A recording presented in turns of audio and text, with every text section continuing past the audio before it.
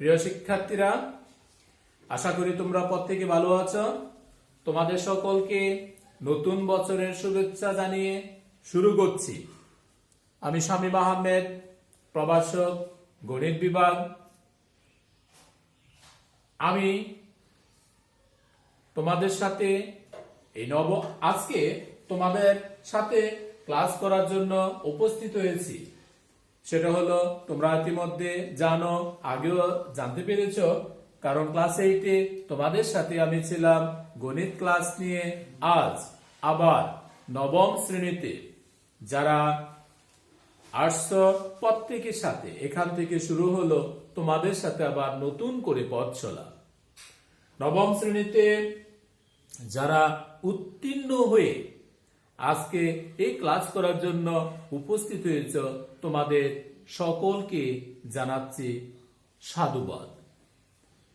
প্রিয় শিক্ষার্থীরা, তোমরা অষ্টম শ্রেণীতে 2 মাস সশরীরে স্কুলে উপস্থিত থেকে ক্লাস করতে পেরেছিলে। দীর্ঘ 1 বছর মহামারীর কারণে তোমরা স্কুলে উপস্থিত হতে পারোনি, কিন্তু লেকার্স কর্তৃপক্ষ তোমাদের সাথে ছিল সব সময়।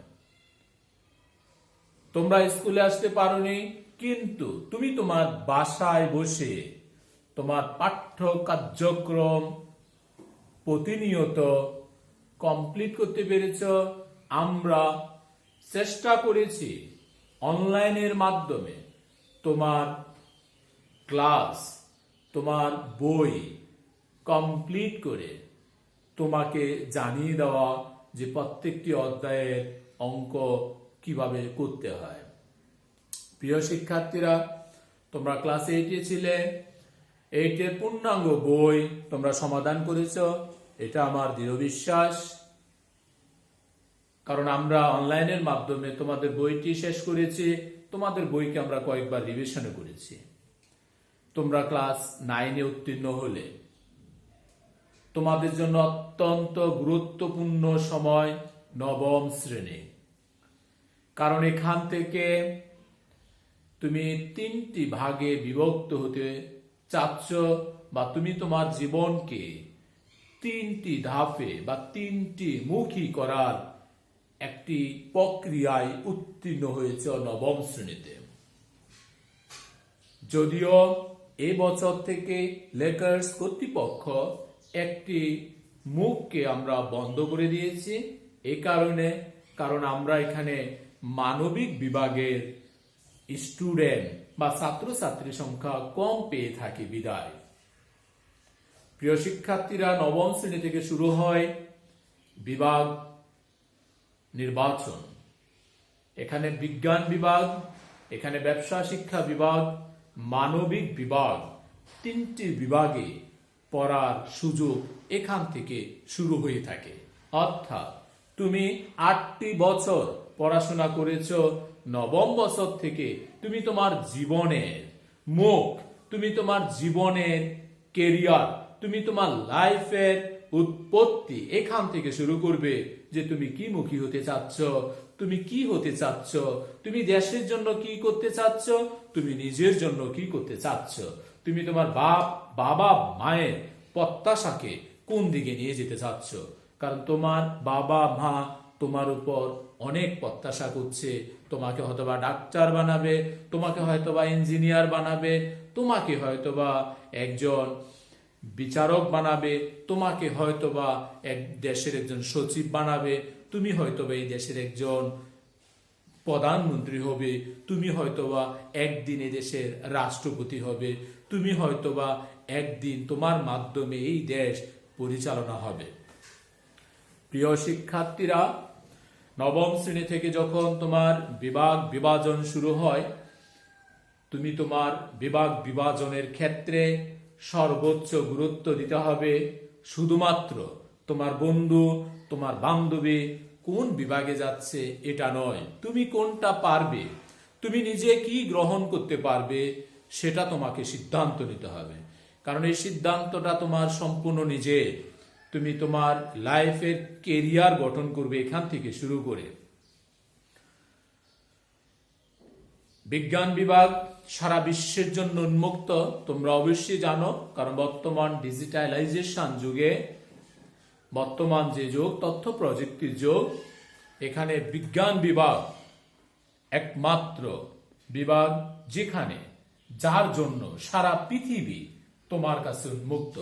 একমাত্র বিজ্ঞান বিভাগে পড়ে তুমি সকল কিছু নিয়ন্ত্রণ করতে পারো, কারণ একজন বিজ্ঞান বিভাগের ছাত্র পারে সকল কিছু মেনটেন করতে। উদাহরণস্বরূপ, যে বিজ্ঞান বিভাগে পড়াশোনা করবে সে শুধু যে ইঞ্জিনিয়ার হবে তা নয়, কিন্তু তার চিন্তাধারা থাকতে হবে যে আমি বিজ্ঞান বিভাগে পড়েছি, আমাকে হয়তো একজন ডাক্তার হতে হবে, আমাকে মেডিকেলে পড়তে হবে। আমি বিজ্ঞান বিভাগে পড়তেছি, আমাকে ইঞ্জিনিয়ার হতে হবে। আমার চিন্তাধারা থাকতে হবে প্রত্যেক ছাত্রছাত্রী যে আমি বিজ্ঞান বিভাগে পড়তেছি, অর্থাৎ আমাকে মেডিকেলে পড়তে হবে। আমি বিজ্ঞান বিভাগে পড়তেছি, আমাকে ইঞ্জিনিয়ার হতে হবে। আমি বিজ্ঞান বিভাগে পড়তেছি, আমাকে MAST হতে হবে। তারপরেও সবার ভাগ্যে তো আর সবকিছু হবে না, সবাই ডাক্তার হবে না, সবাই ইঞ্জিনিয়ারও হবে না, কিন্তু বিজ্ঞান বিভাগে পড়ে তুমি পেতে পারো বাংলাদেশের সর্বোচ্চ চাকরি। একজন বিজ্ঞান বিভাগের স্টুডেন্ট সে পেতে পারে সকল ক্ষেত্রে সমান অধিকার, কারণ তুমি যখন তোমার বাবার সাথে কথা বলবে, তখন তুমি যখন তোমার বড় ভাইয়ের সাথে, তুমি যখন তোমার বড় দিদির সাথে, বড় আপুর সাথে কথা বলবে, তখন জানতে পারবে বাংলাদেশের প্রত্যেকটি সেক্টরে যে পরিমাণে লোক রিক্রুটমেন্ট হচ্ছে, সেখানে 85% স্টুডেন্ট, 85% লোক রিক্রুটমেন্ট হচ্ছে বিজ্ঞান বিভাগের। কারণ একজন বিজ্ঞান বিভাগের স্টুডেন্ট চতুর্মুখী হয়ে থাকে, সকল ধারণা তার মধ্যে থেকে থাকে, কারণ তাকে অগাধ পরিশ্রম করতে হয়, তাকে অনেক পড়াশোনা করতে হয়। কিন্তু যে মানবিক বিভাগে পড়ে, তার কাছে শুধু একটি সাবজেক্ট একটু কঠিন মনে হয়, গণিত। আর কোনো সাবজেক্ট তার কাছে কঠিন মনে হয় না, সে বিদায় সে ধীরে আস্তে পড়াশোনা করে, তার চিন্তাধারা থাকে স্লো মোশনে।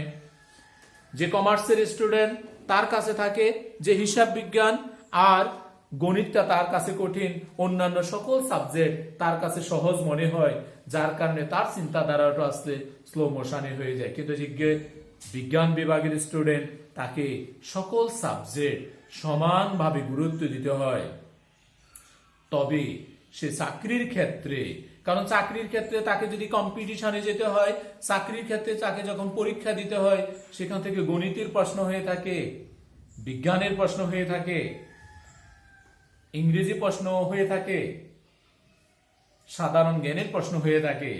কারণ যে অঙ্ক ভালো পারবে, যে বিজ্ঞান ভালো পারবে, তার জন্য পুরা পৃথিবী উন্মুক্ত। এই জন্য বলা হয়ে থাকে, এই জন্য কমার্সের স্টুডেন্ট, আর্টসের স্টুডেন্ট চাকরির কম্পিটিশনে গিয়ে নিজেকে কম উপস্থাপন করতে পারে, কিন্তু একজন বিজ্ঞান বিভাগের ছাত্র সে নিজেকে ভালোভাবে উপস্থাপন করতে পারে বিদায় বাংলাদেশের সকল ক্ষেত্রে, সকল চাকরির ক্ষেত্রে 85% স্টুডেন্ট বিজ্ঞান বিভাগে যারা চাকরির সুযোগ সুবিধা পেয়ে থাকে।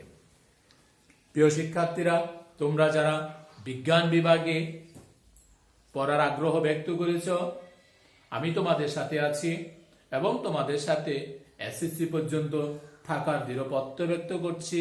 একই রকম ভাবে তোমাদের মধ্যে আবার যারা, যেহেতু আমাদের এখানে কলেজ রয়েছে, কলেজে ভর্তি হবে, তাদের সাথেও আমি সর্বক্ষণ আছি, অর্থাৎ HSC পর্যন্ত তোমাদের সাথে আমি থাকবো, এই আশা ব্যক্ত করছি। প্রিয় শিক্ষার্থীরা, তোমরা যারা বিজ্ঞান বিভাগে পড়ার দৃঢ় আশা ব্যক্ত করেছ, ইতিমধ্যে বই পেয়ে গেছ, প্রত্যেকটি বই ভালো করে একটু দেখে নেবে। এখানে তোমাদেরকে অগাধ পরিশ্রম করতে হবে, তোমাদেরকে কন্টিনিউ পড়াশোনা করতে হবে। বিজ্ঞান বিভাগে পড়ে কোনো রকমে গসামাজা করা চলবে না, ভালোভাবে পড়াশোনা করবে, তুমি তোমার লাইফকে সর্বোচ্চ শিখরে অবশ্যই উঠাতে পারবে। বিজ্ঞান বিভাগে তারাই পড়াশোনা করে যারা সর্বোত্তম, কারণ তোমার সাথে প্রতিযোগিতা হবে সারা বাংলাদেশের। তুমি এখন রাঙ্গামাটি রিজিয়নে আছো, তুমি সর্বোচ্চ ভালো বিদায় তুমি বিজ্ঞান বিভাগ করতেছো, কিন্তু তুমি যখন প্রতিযোগিতায় যাবা, তখন সারা বাংলাদেশের বেস্ট যারা, তাদের সাথে তোমাকে কম্পিটিশন করতে হবে। প্রিয় শিক্ষার্থীরা, তোমাদের মাঝ থেকে কেউ কেউ চলে যাবে ইন্টারমিডিয়েটে, আবার ইন্টারমিডিয়েট শেষ করার পর যখন ভর্তি প্রক্রিয়ায় সেখানে তোমাদের সাথে যুক্ত হবে সর্বোচ্চ বেস্ট সারা বাংলাদেশের যারা তাদের সাথে। তো যার কারণে তোমার ভিত্তিপ্রস্তর এই ক্লাস 9ম শ্রেণী থেকে উৎপত্তি করতে হবে। এখানে তুমি ভালো করে পরিশ্রম করো, ইনশাল্লাহ তুমি সর্বোচ্চ শিখরে অবশ্যই উঠতে পারবে। এখানে তোমাকে গুরুত্ব দিতে হবে সায়েন্সের বিষয়গুলো, কম গুরুত্ব পাবে না ইংলিশ বাংলা। এটা তোমরা লেখার্সে যারা পড়ো অনেক ভালো আছো বাংলা এবং ইংলিশে, কিন্তু এখানে গুরুত্ব থাকবে সবচাইতে বেশি গণিত আছে 2টা, বিজ্ঞান আছে 3টা, এই সাবজেক্টগুলোর উপর। তোমরা জানো বা বই পেয়েছো, এখানে বিজ্ঞান বিভাগের জন্য যে বিষয়গুলো রয়েছে সেই বিষয়গুলির ভিতরে আছে পদার্থবিজ্ঞান, রসায়ন বিজ্ঞান, জীববিজ্ঞান, উচ্চতর গণিত, এই 4টি বিষয় রয়েছে এখানে বিজ্ঞান বিভাগে। আর জেনারেল ম্যাথ এটা তো সবার জন্য কম্পালসারি। প্রিয় শিক্ষার্থীরা, তোমাকে জেনারেল ম্যাথ এবং হায়ার ম্যাথ এই বিষয়ে চরম থেকে চরম, দক্ষ থেকে অত্যন্ত দক্ষ করার জন্য আমি তোমাদের মাঝে আছি এবং থাকবো। যে কিভাবে গণিত প্র্যাকটিস করলে, কিভাবে গণিত বেশি বেশি করলে বা কোন প্রক্রিয়ায় গণিত করলে তুমি নিজেকে বেস্ট হিসাবে রূপান্তর করতে পারবা। তোমাদেরকে এখানে বিভিন্ন কম্পিটিশনে অ্যাটেন্ড করতে হবে, কারণ গণিত অলিম্পিয়াড হয়ে থাকে, সর্বোচ্চ রেজাল্ট করে থাকে এখানে লেকার্সের স্টুডেন্ট। তোমরা তোমাদের বড় ভাই যারা আছে তাদের কাছ থেকে জানতে পারবে যে গণিত অলিম্পিয়াডে সর্বোচ্চ রেজাল্ট করে থাকে আমাদের লেকার্সের স্টুডেন্ট। তো তোমরা যারা 9ম শ্রেণীতে উঠলা তোমাদেরকেও সেই ব্যক্তিও নিতে হবে যে আমাদেরকেও পূর্ববর্তী যারা গণিত অলিম্পিয়াডে বিভিন্ন বিজ্ঞান প্রতিযোগিতায় সর্বোচ্চতা অর্জন করেছে তোমাদেরকে সেই স্থান ধরে রাখতে হবে। প্রিয় শিক্ষার্থীরা, আমি তোমাদের সাথে আছি জেনারেল ম্যাথ এবং হায়ার ম্যাথ এই 2টি অপশনের জন্য। এই 2টি বিষয় আমি তোমাদেরকে পড়াবো। তোমাদের সাথে হয়তোবা আরেকজন শিক্ষককেও পাবা। প্রত্যেকে মনোযোগ সহকারে পড়াশোনা করতে হবে। যে কোনো প্রয়োজনে তোমরা আমাকে স্মরণ করবে, আমি আছি তোমাদের সাথে এবং তোমাদের সাথে সর্বক্ষণ থাকবো। যারা 8ম শ্রেণীতে অন্য কোনো সেকশনে ছিল, হয়তোবা আমাকে দেখেছো, আমার নামটি জানো না, তোমাদের নিজস্ব ডায়েরিতে সেখানে পাবে। আমি শামীম আহমেদ। আমার সাথে তোমাদের সাথে আরো সম্পর্ক দৃঢ় হওয়ার জন্য আজকে ক্লাস থাকলে তোমার সাথে আমাদের একটা প্রত্যয় হতো, কথা আলিঙ্গন হতো, নিজেদের সাথে পরিচিত হতো, যেটা আমি পারলাম না। আজ আমি আমার মোবাইল নাম্বারটি লিখে দিচ্ছি, প্রত্যেকে নিজের ডায়েরিতে লিখে নাও। যে কোনো প্রয়োজনে যে কোনো সময় আমাকে ফোন করবে, আমি তোমাদের সাথে আছি এবং থাকব। Mobile number 016082490। এই মোবাইল নাম্বারটি প্রত্যেকে ডায়েরিতে সংরক্ষণ করে রাখবা। যে কোনো প্রয়োজনে আমাকে ফোন করবে, আমি তোমাদের সাথে থাকবো। তবে তোমাদেরকে দৃঢ়পত্র গ্রহণ করতে হবে। তুমি 9ম শ্রেণীতে বিজ্ঞান বিভাগে পড়তেছ, তোমাকে লেকার্সের সর্বোচ্চ স্থান অর্থাৎ লেকার্সকে প্রতিনিধিত্ব করতে হবে এখন থেকে। তোমাকে সেই হিসাবে নিজেকে গঠন করতে হবে, পড়াশোনা করতে হবে, কারণ বিজ্ঞান বিভাগে পড়তেছ, নিজেকে বেস্ট অবশ্যই রূপান্তর করতে হবে।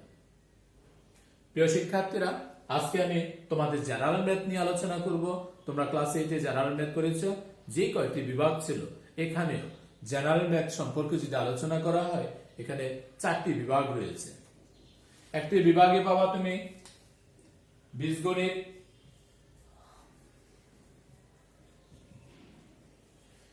দ্বিতীয় বিভাগে পাবা তুমি জ্যামিতি,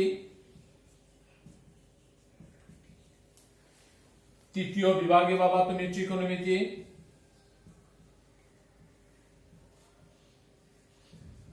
ত্রিকোণমিতি ও পরিসংখ্যান, ত্রিকোণমিতি ও পরিমাপ। চতুর্থ নাম্বারে যেটা আছে পরিসংখ্যান।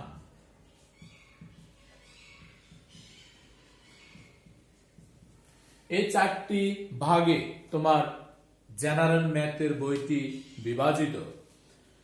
তোমরা বীজগণিত সম্পর্কে ক্লাস 8-এ একটি পার্ট পেয়েছিলে, জ্যামিতি তোমাদের ছিল, ত্রিকোণমিতি, এটা সম্পূর্ণ তোমাদের জন্য নতুন অধ্যায়।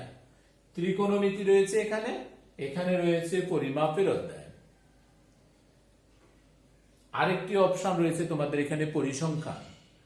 প্রিয় শিক্ষার্থীরা, পরিসংখ্যান সম্পর্কে তোমার ধারণা আছে ক্লাস 8-এ, তোমরা গড়, মধ্যক, প্রচুরক শিখেছিলে, সেই অঙ্কটা আবার তোমার নবম শ্রেণীতে অধ্যায় আকারে রয়েছে। জ্যামিতি তোমার ছিল এখানেও আছে, বীজগণিত তোমার ছিল এখানেও আছে। তোমার কাছ থেকে চলে গেল পাটিগণিত, অর্থাৎ অষ্টম শ্রেণী পর্যন্ত তুমি পাটিগণিত সম্পর্কে ধারণা পেয়েছিলে। নবম শ্রেণী থেকে তোমার আর কোনো পাটিগণিত থাকবে না। নতুন একটা অধ্যায় অ্যাড হলো, সেটা হচ্ছে ত্রিকোণমিতি।